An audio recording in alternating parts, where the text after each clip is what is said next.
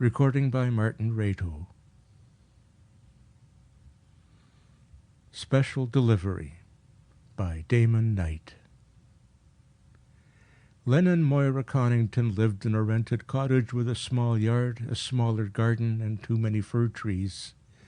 The lawn, which Len seldom had time to mow, was full of weeds, and the garden was overgrown with blackberry brambles.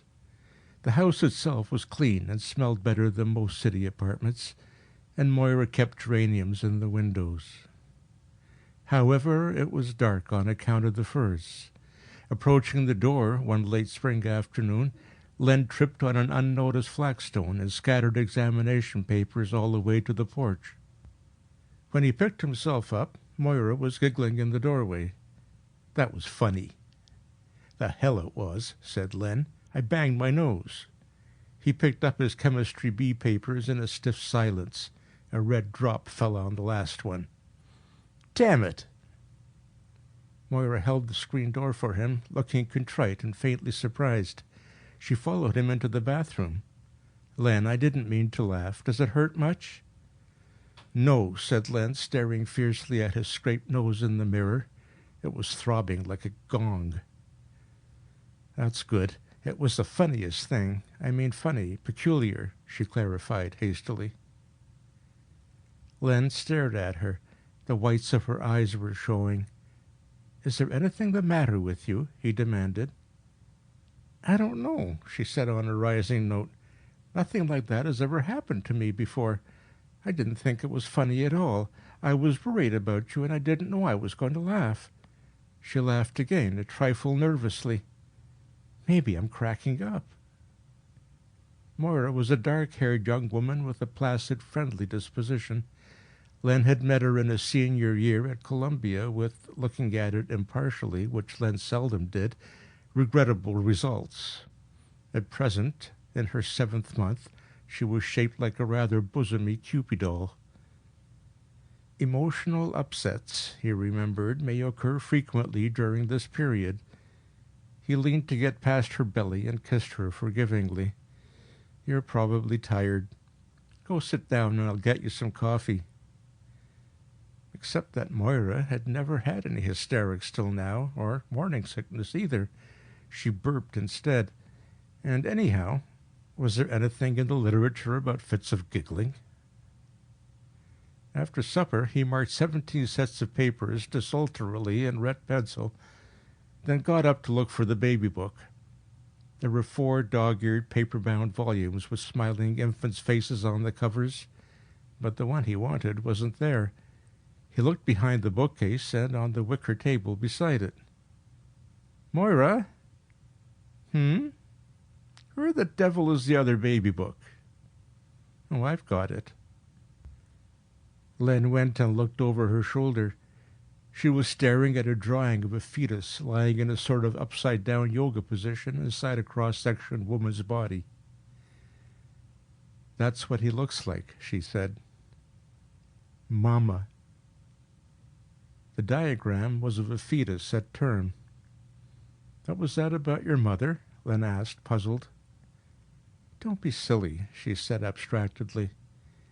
He waited, but she didn't look up or turn the page. After a while, he went back to his work. He watched her. Eventually, she leafed through to the back of the book, read a few pages, and put it down. She lighted a cigarette and immediately put it out again. She fetched up a belch. That was a good one, said Len admiringly. Moira sighed. Feeling tense, Len picked up his coffee cup and started toward the kitchen. He halted beside Moira's chair. On the side table was her after-dinner cup, still full of coffee, black, scummed with oil droplets, stone cold. Didn't you want your coffee? He asked solicitously. She looked at the cup. I did, but... She paused and shook her head, looking perplexed. Well, do you want another cup now? Yes, please. No. Len, who had begun a step, rocked back on his heels. Oh, which, damn it? Her face got all swollen. Oh, Len, I'm so mixed up, she said, and began to tremble. Len felt part of his irritation spilling over into protectiveness. "What you need," he said firmly, "is a drink." He climbed a stepladder to get at the top cabinet shelf which cached their liquor when they had any. Small upstate towns and their school boards being what they were, this was one of many necessary financial precautions. Inspecting the doleful few fingers of whiskey in the bottle, Len swore under his breath. They couldn't afford a decent supply of booze or new clothes for Moira.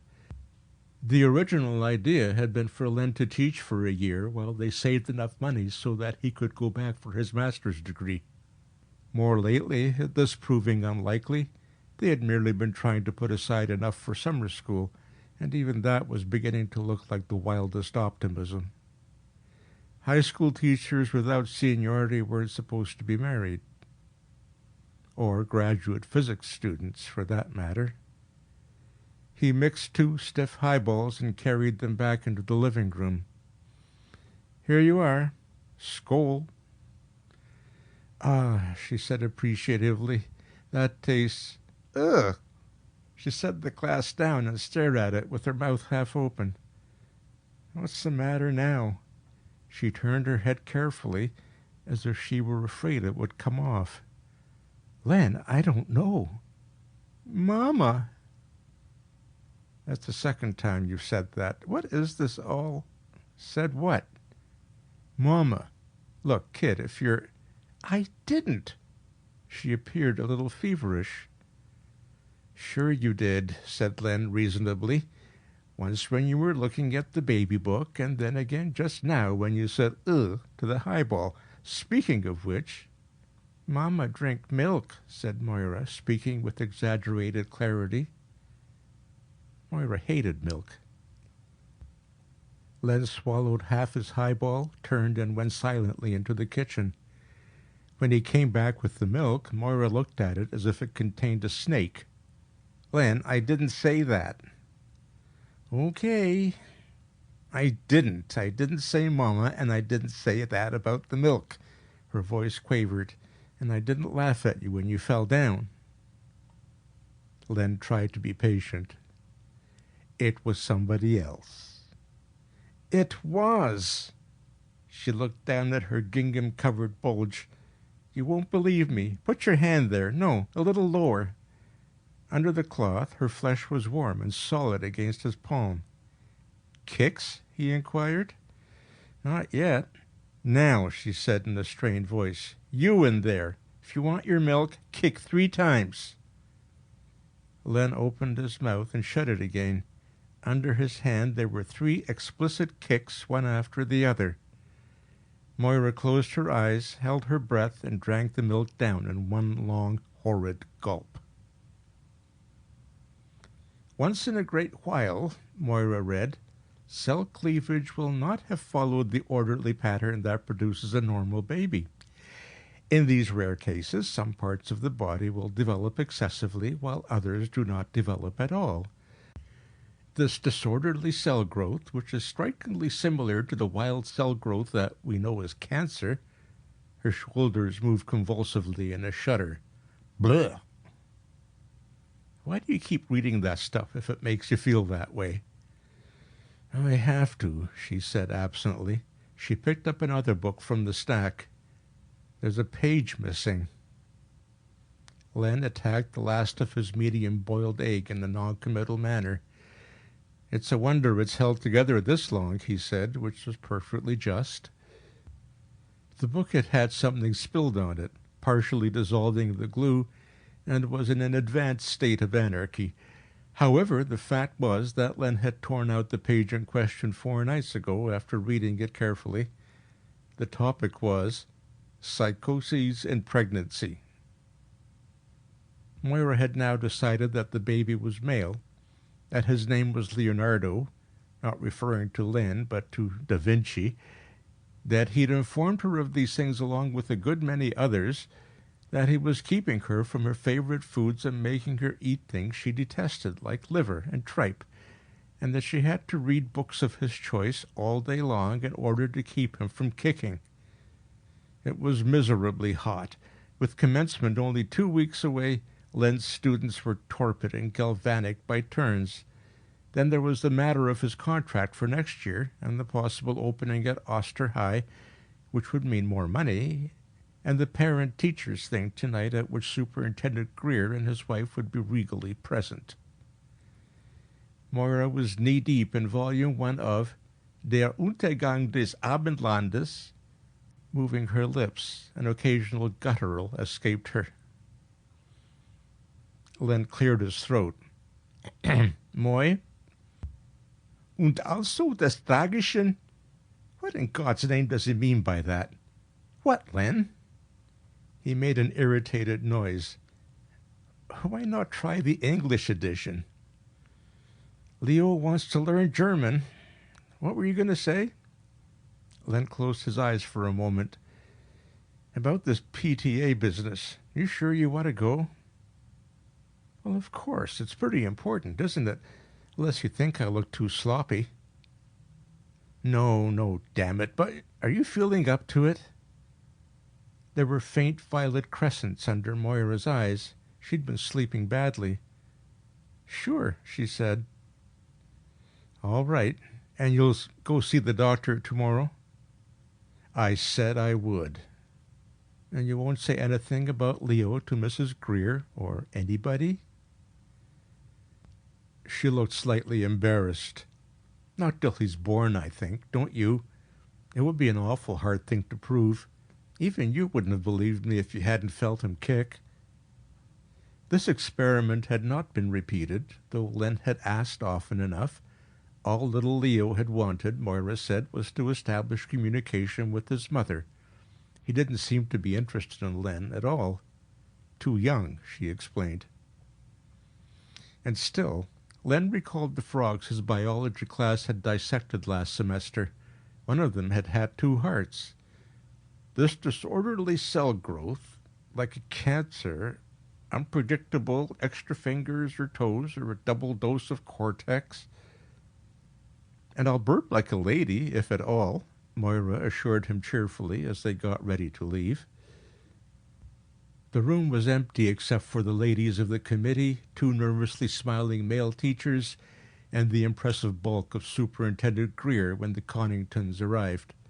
Card table legs squeaked on bare floor. The air was heavy with wood polish and musk. Greer advanced, beaming fixedly. Well, isn't this nice? How are you young folks this warm evening? Oh, we thought we'd be earlier, Mr. Greer, said Moira with pretty vexation. She looked surprisingly schoolgirlish and chic. The lump that was Leo was hardly noticeable unless you caught her in profile. I'll go right now and help the ladies. There must be something I can still do. No, now, we won't hear of it. But I'll tell you what you can do. You can go right over there and say hello to Mrs. Greer. I know she's dying to sit down and have a good chat with you. Go ahead now. Don't worry about this husband of yours. I'll take care of him. Moira receded into a scattering of small shrieks of pleasure, at least half of them arcing across a gap of mutual dislike. Greer, exhibiting perfect dentures, exhaled Listerine. His pink skin looked not only scrubbed but disinfected.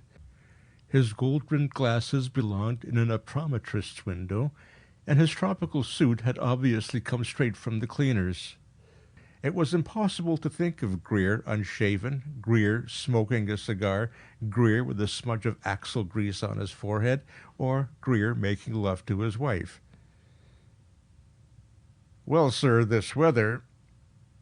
When I think of what this valley was like 20 years ago, at today's prices... Len listened with growing admiration, putting in comments where required. He'd never realized before that there were so many absolutely neutral topics of conversation.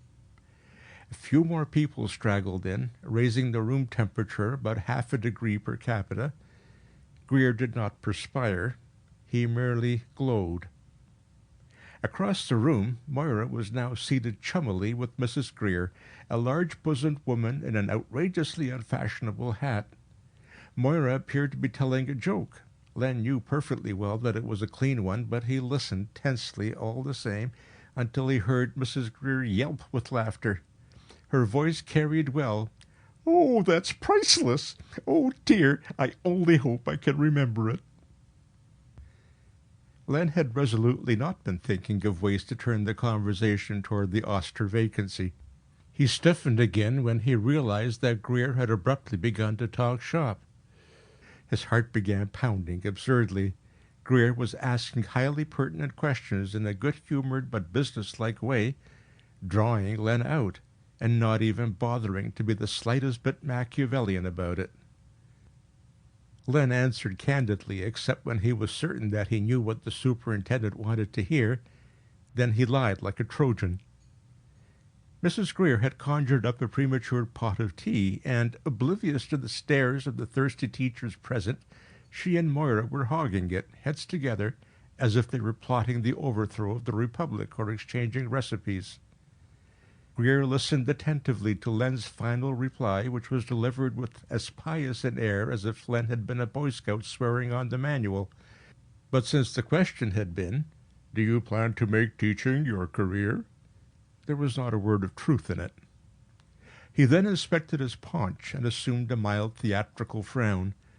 Len, with that social sixth sense which is unmistakable when it operates, knew that his next words were going to be, "You may have heard that Oster High will be needing a new science teacher next fall." At this point Moira made a noise like a seal. The ensuing silence was broken a moment later by a hearty scream, followed instantly by a clatter and a bone-shaking thud. Mrs. Greer was sitting on the floor, legs sprawled, hat over her eye. She appeared to be attempting to perform some sort of excessively pagan dance.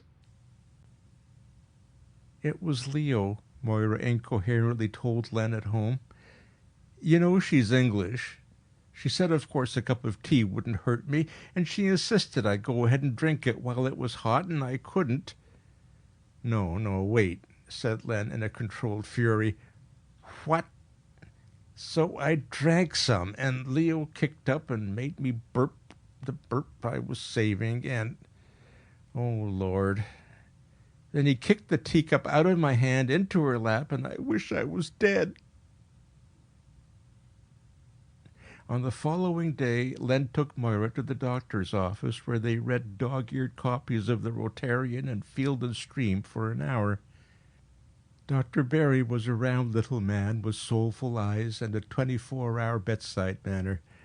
On the walls of his office, where it's customary for doctors to hang all sorts of diplomas and certificates of membership, Barry had only 3. The rest of the space was filled with enlarged colored photographs of beautiful, beautiful children. When Len followed Moira determinedly into the consulting room, Barry looked mildly shocked for a moment, then apparently decided to carry on as if nothing outre had happened. You could not say that he spoke or even whispered. He rustled.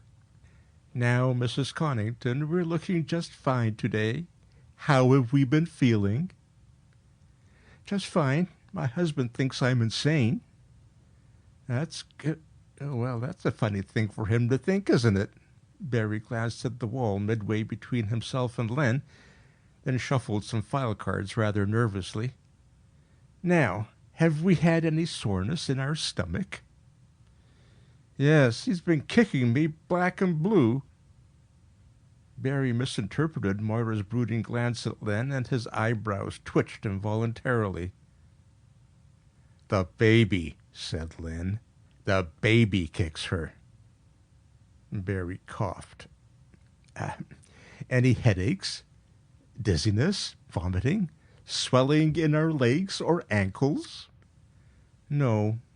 "All righty. Now let's just find out how much we've gained, and then we'll get up on the examination table." Barry drew the sheet down over Moira's abdomen as if it were an exceptionally fragile egg. He probed delicately with his fat fingertips, then used a stethoscope. "Those X-rays," said Len, "have they come back yet?" "Mm-hmm," said Barry. "Yes, here they have." He moved the stethoscope and listened again. "Did they show anything unusual?" Len asked. Barry's eyebrows twitched a polite question. "We've been having a little argument," Moira said in a strained voice, "about whether this is an ordinary baby or not."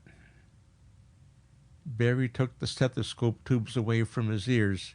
He gazed at Moira like an anxious spaniel. "Now, let's not worry about that. We're going to have a perfectly healthy, wonderful baby, and if anybody tells us differently, why, we'll just tell them to go jump in the lake, won't we?" "The baby is absolutely normal?" Len said in a marked manner. "Absolutely." Barry applied the stethoscope again. His face blanched. "What's the matter?" Len asked after a moment. The doctor's gaze was fixed and glassy. "Vagitus uterinus," Barry muttered. He pulled the stethoscope off abruptly and stared at it. "No, of course it couldn't be. Now, isn't that a nuisance? We seem to be picking up a radio broadcast with our little stethoscope here. I'll just go and get another instrument." Moira and Len exchanged glances. Moira's was almost excessively bland. Barry confidently came in with a new stethoscope, put the diaphragm against Moira's belly, listened for an instant, and twitched once all over, as if his mainspring had snapped. Visibly jangling, he stepped away from the table. His jaw worked several times before any sound came out. "Excuse me," he said, and walked out in an uneven line. Len snatched up the instrument he had dropped. Like a bell ringing under water, muffled but clear, a tiny voice was shouting. "You bladder-headed pill-pusher! You bedside vacuum! You fifth-rate tree surgeon! You inflated—" A pause. "Is that you, Connington? Get off the line! I haven't finished with Dr. Bedpan yet!" Moira smiled like a Buddha-shaped bomb. "Well," she said. "We've got to think," Len kept saying over and over. "You've got to think." Moira was combing her hair, snapping the comb smartly at the end of each stroke. "I've had plenty of time to think ever since it happened. When you catch up—" Len flung his tie at the carved wooden pineapple on the corner of the footboard. "Moy, be reasonable. The chances against this kid kicking 3 times in any 1-minute period are only about 1 in 100. The chances against anything like—" Moira grunted and stiffened for a moment. Then she cocked her head to one side with a listening expression, a new mannerism of hers that was beginning to send intangible snakes crawling up Len's spine. "What now?" he asked sharply. "He says to keep our voices down. He's thinking." Len's fingers clenched convulsively and a button flew off his shirt. Shaking, he pulled his arms out of the sleeves and dropped the shirt on the floor. "Look, I just want to get this straight. When he talks to you, you don't hear him shouting all the way up past your liver and lights." "What?" "You know perfectly well he reads my mind." "That isn't the same as—" Len took a deep breath. "Let's not get off on that. What I want to know is, what's it like? Do you seem to hear a real voice, or do you just know what he's telling you without knowing how you know?" Moira put the comb down in order to think better. "It isn't like hearing a voice. You'd never confuse one with the other. It's more— the nearest I can come to it, it's like remembering a voice, except you don't know what's coming." Len picked his tie off the floor and abstractedly began knotting it on his bare chest. "And he sees what you see. He knows what you're thinking. He can hear when people talk to you?" "Of course." "This is tremendous." Len began to blunder around the bedroom, not looking where he was going. "They thought Macaulay was a genius. This kid isn't even born. I heard him. He was cussing Barry out like Monty Woolley." "He had me reading The Man Who Came to Dinner 2 days ago." Len made his way around a small bedside table by trial and error. "That's another thing. How much could you say about his His personality. I mean, does he seem to know what he's doing, or is he just striking out wildly in all directions? He paused. Are you sure he's really conscious at all? Moira began. That's a silly... and stopped. Define consciousness, she said doubtfully. All right, what I really mean, why am I wearing this necktie? He ripped it off and threw it over a lampshade. What I mean, are you sure you're really conscious? Okay, you make joke, I laugh. Ha ha. What I'm trying to ask is, have you seen any evidence of creative thought, organized thought, or is he just integrating along the lines of instinctive responses? Do you... Yeah, I know what you mean. Shut up a minute. I don't know. I mean, is he awake or asleep and dreaming about us like the Red King? I don't know. And if that's it, what'll happen when he wakes up? Moira took off her robe, folded it neatly, and maneuvered herself between the sheets. Come to bed. Len got one sock off before another thought struck him. He reads your mind. Can he read other people's? He looked appalled.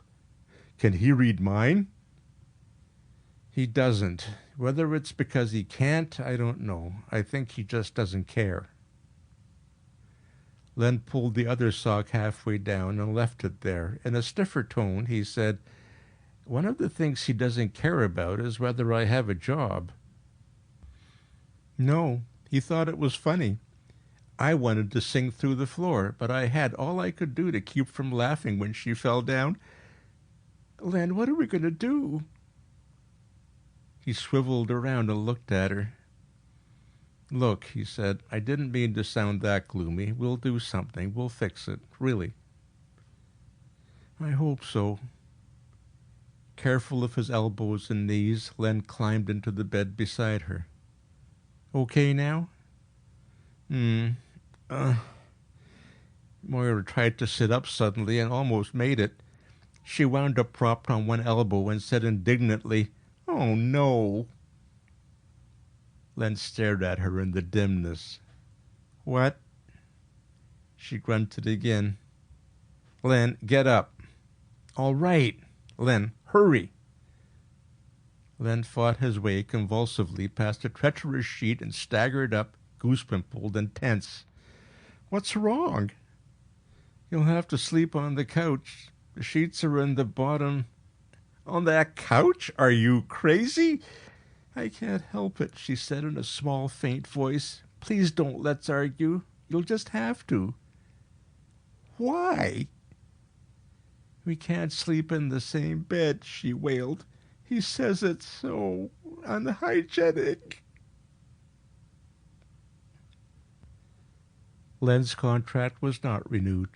He got a job waiting on tables in a resort hotel, an occupation which pays more money than teaching future citizens the rudiments of 3 basic sciences, but for which Len had no aptitude. He lasted 3 days at it. He was then idle for a week and a half until his 4 years of college physics earned him employment as a clerk in an electrical shop. His employer was a cheerfully aggressive man who assured Len that there were great opportunities in radio and television, and firmly believed that atom bomb tests were causing all the bad weather. Moira, in her 8th month, walked to the county library every day and trundled a load of books home in the perambulator. Little Leo, it appeared, was working his way simultaneously through biology, astrophysics, phrenology, chemical engineering, architecture, Christian Science, psychosomatic medicine, marine law, business management, yoga, crystallography, metaphysics, and modern literature. His domination of Moira's life remained absolute, and his experiments with her regimen continued. One week she ate nothing but nuts and fruit, washed down with distilled water. The next she was on a diet of porterhouse steak, dandelion greens, and haddock. With the coming of full summer, fortunately, few of the high school staff were in evidence. Len met Dr. Barry once on the street. Barry started, twitched, and walked off rapidly in an entirely new direction. The diabolical event was due on or about July 29th. Len crossed off each day on their wall calendar with an emphatic black grease pencil. It would, he supposed, be an uncomfortable thing at best to be the parent of a super prodigy. Leo would no doubt be dictator of the world by the time he was 15, unless he would be assassinated first, but almost anything would be a fair price for getting Leo out of his maternal fortress. Then there was the day when Len came home to find Moira weeping over the typewriter with a half-inch stack of manuscript beside her. "It isn't anything. I'm just tired. He started this after lunch. Look." Len turned the face-down sheaf the right way up. "Droning, abrasing the demiurge. Here begrims the tale. Eyes undotted, grueling and looking, turns off alarm, sees us close. Stewed beerly, a wretch pence, therefore choose we pawns. Let the pants take air of themselves." The first 3 sheets were all like that. The fourth was a perfectly good Petrarchan sonnet reviling the current administration and the political party of which Len was a registration day member. The fifth was hand-lettered in the Cyrillic alphabet and illustrated with geometric diagrams. Len put it down and stared shakily at Moira. "No, go on," she said. "Read the rest."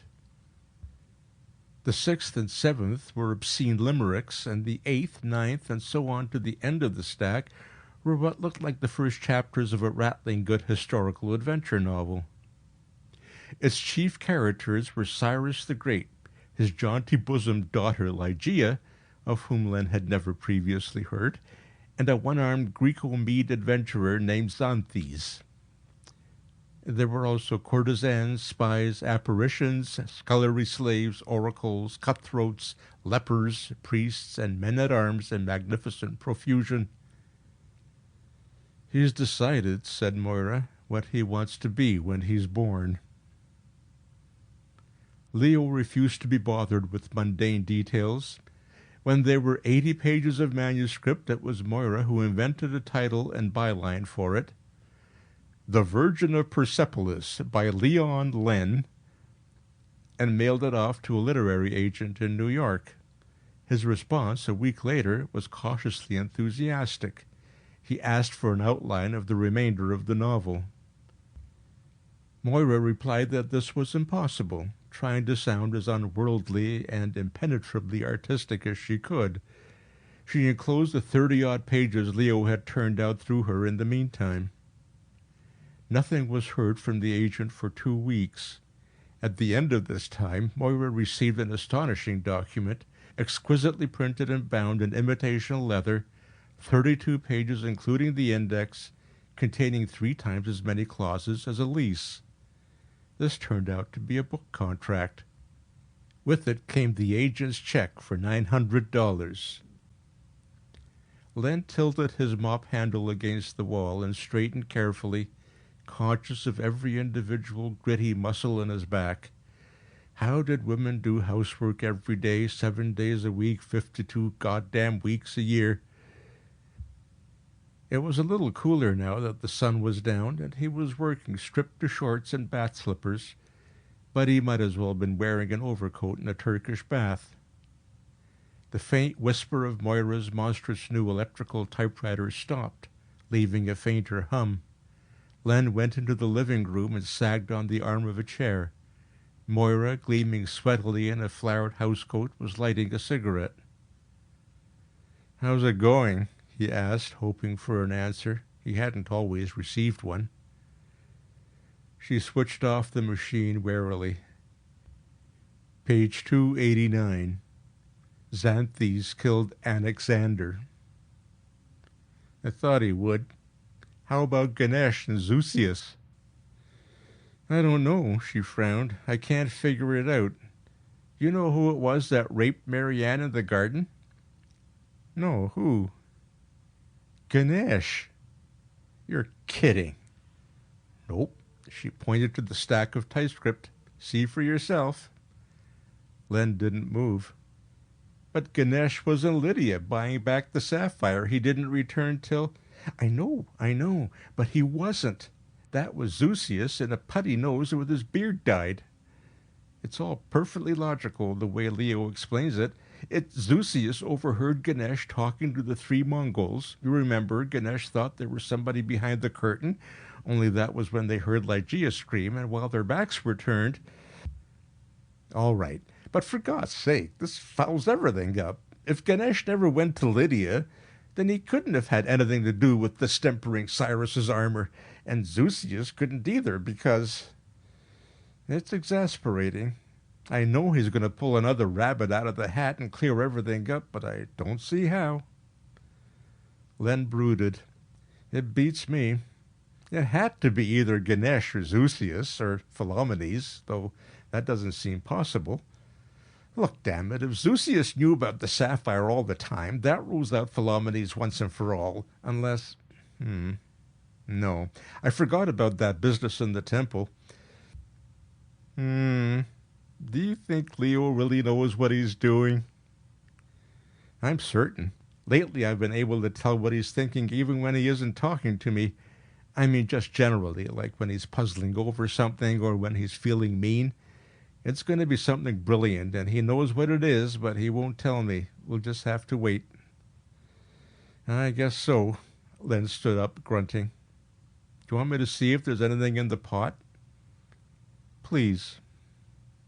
Len wandered into the kitchen, turned the flame on under the silex, stared briefly at the dishes waiting in the sink, and wandered out again. Since the onslaught of the novel, Leo had relinquished his interest in Moira's diet, and she'd been living on coffee. Small blessings.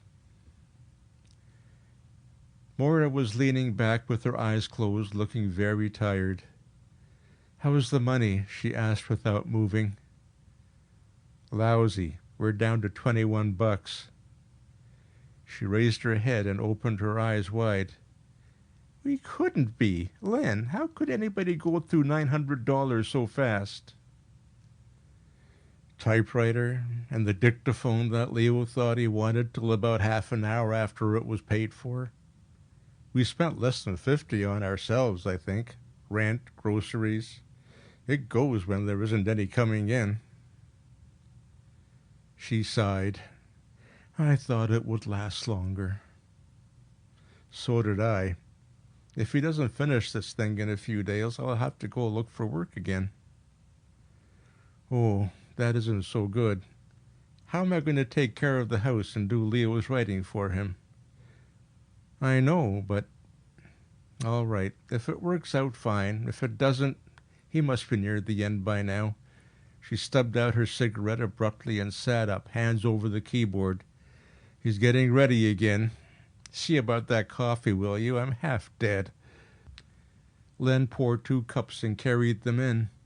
Moira was still sitting poised in front of the typewriter with a curious, half-formed expression on her face. Abruptly, the carriage whipped over, muttered to itself briefly, and thumped the paper up twice. Then it stopped. Moira's eyes got bigger and rounder. "What's the matter?" said Len. He looked over her shoulder. The last line on the page read, "To be continued in our next..." Moira's hands curled into small, helpless fists. After a moment, she turned off the machine. "What?" said Len incredulously. "To be continued? What kind of talk is that?" "He says he's bored with the novel," Moira replied dully. "He says he knows the ending, so it's artistically complete. It doesn't matter whether anybody else thinks so or not." She paused. "But he says that isn't the real reason." "Well?" "He's got 2 reasons. One is that he doesn't want to finish the book till he's certain he'll have complete control of the money it earns." "Yes," said Len, swallowing a lump of anger. "That makes a certain amount of sense. It's his book, if he wants guarantees." "You haven't heard the other one." "All right, let's have it." "He wants to teach us," So we'll never forget who the boss is in this family. Len, I'm awfully tired, Moira complained piteously late that night. Let's just go over it once more. There has to be some way. He still isn't talking to you? I haven't felt anything from him for the last 20 minutes. I think he's asleep. All right, let's suppose he isn't going to listen to reason. I think we'd better. Len made an incoherent noise. Well, okay. I still don't see why we can't write the last chapter ourselves. It would only be a few pages. Go ahead and try. Not me. You've done a little writing. Damn good, too. And if you're so sure all the clues are there, look, if you say you can't do it, all right, we'll hire somebody, a professional writer. It happens all the time. Thorne Smith's last novel. It wasn't Thorne Smith's, and it wasn't a novel, she said dogmatically. But it sold. What one writer starts, another can finish. Nobody ever finished The Mystery of Edwin Drood. Oh, hell. Len, it's impossible. It is. Let me finish. If you're thinking we could have somebody rewrite the last part Leo did. Yeah, I just thought of that. Even that wouldn't do any good. You'd have to go all the way back, almost to page 1. It would be another story when you got through. Let's go to bed. Moy, do you remember when we used to worry about the law of opposites? The law of opposites. When we used to be afraid the kid would turn out to be a pick and shovel man with a pointy head? He turned. Moira was standing with one hand on her belly and the other behind her back. She looked as if she were about to start practicing a low bow and doubted she could make it. What's the matter now? He asked. Pain in the small of my back. Bad one? No. Belly hurt, too? She frowned. Don't be foolish. I'm feeling for the contraction. There it comes. But you just said the smaller your back. Where do you think labor pains usually start?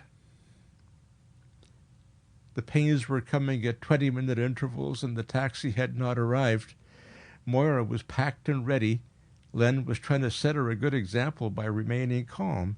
He strolled over to the wall calendar, gazed at it in an offhand manner, and turned away. Len, I know it's only the 15th of July, she said impatiently. Huh? I didn't say anything about that. You said it 7 times. Sit down. You're making me nervous. Len perched on the corner of the table, folded his arms, and immediately got up to look out the window. On the way back, he circled the table in an aimless way, picked up a bottle of ink and shook it to see if the cap was on tight, stumbled over a wastebasket, carefully upended it, and sat down with an air of ici je suis, ici je reste. Nothing to worry about, he said firmly. Women have kids all the time. True. What for? He demanded violently. Moira grinned at him, then winced slightly and looked at the clock. 18 minutes this time. They're getting closer. When she relaxed, Len put a cigarette in his mouth and lighted it in only 2 tries. How's Leo taking it?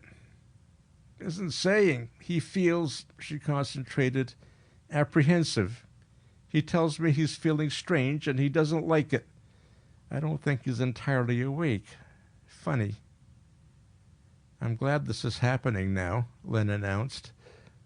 So am I, but... Look, said Len, moving energetically to the arm of her chair, we've always had it pretty good, haven't we? Not that it hasn't been tough at times, but, you know. I know. Well, that's the way it'll be again once this is over. I don't care how much of a super brain he is. Once he's born, you know what I mean? The only reason he's had the edge on us all this time is that he could get at us and we couldn't get at him. If he's got the mind of an adult, he can learn to act like one. It's that simple. Moira hesitated. You can't take him out to the woodshed. He's going to be a helpless baby physically, like anybody else's. He has to be taken care of. All right, there are plenty of other ways. If he behaves, he gets read to. Things like that. That's right. But there's one other thing I thought of. You remember when you said, suppose he's asleep and dreaming, and what happens if he wakes up? Yeah. That reminded me of something else, or maybe it's the same thing.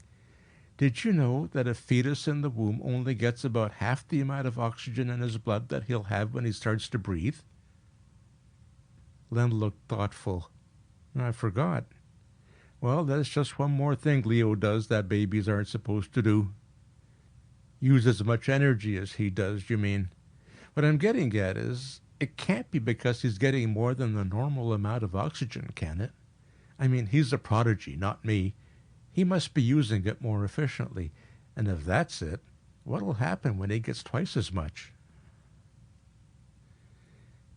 They'd prepared and disinfected her along with other indignities, and now she could see herself in the reflector of the big delivery table light, the image clear and bright like everything else, but very haloed and swimmy, and looking like a bat statue of Sita.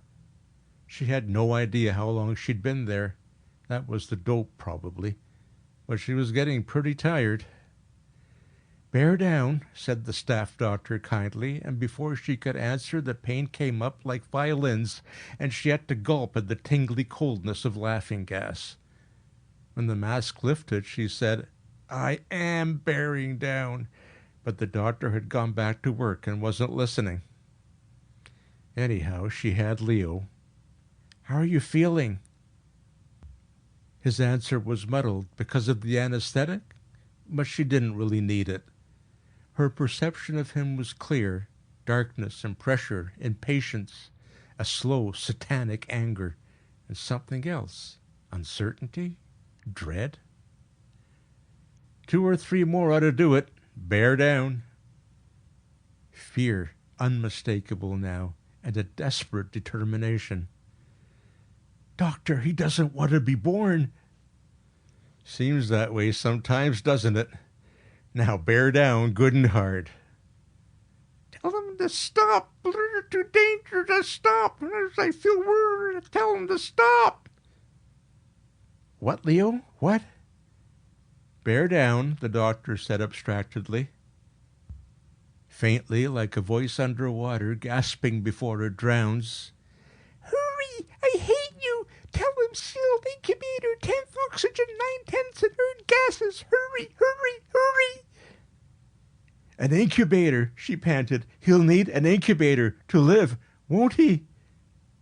"Not this baby. A fine, normal, healthy one." "He's idiot, lying, stupid fool. Need incubator, 10th oxygen, 10th. Hurry before it's..." The pressure abruptly ceased. Leo was born. The doctor was holding him up by the heels, red, wrinkled, puny, but the voice was still there, very small, very far away. "Too late. Same as death." Then a hint of the old, cold arrogance. "Now you'll never know who killed Cyrus." The doctor slapped him smartly on the minuscule behind. The wizen, malevolent face writhed open, but it was only the angry squall of an ordinary infant that came out. Leo was gone, like a light turned off beneath the measureless ocean. Moira raised her head weakly. "Give him one for me," she said.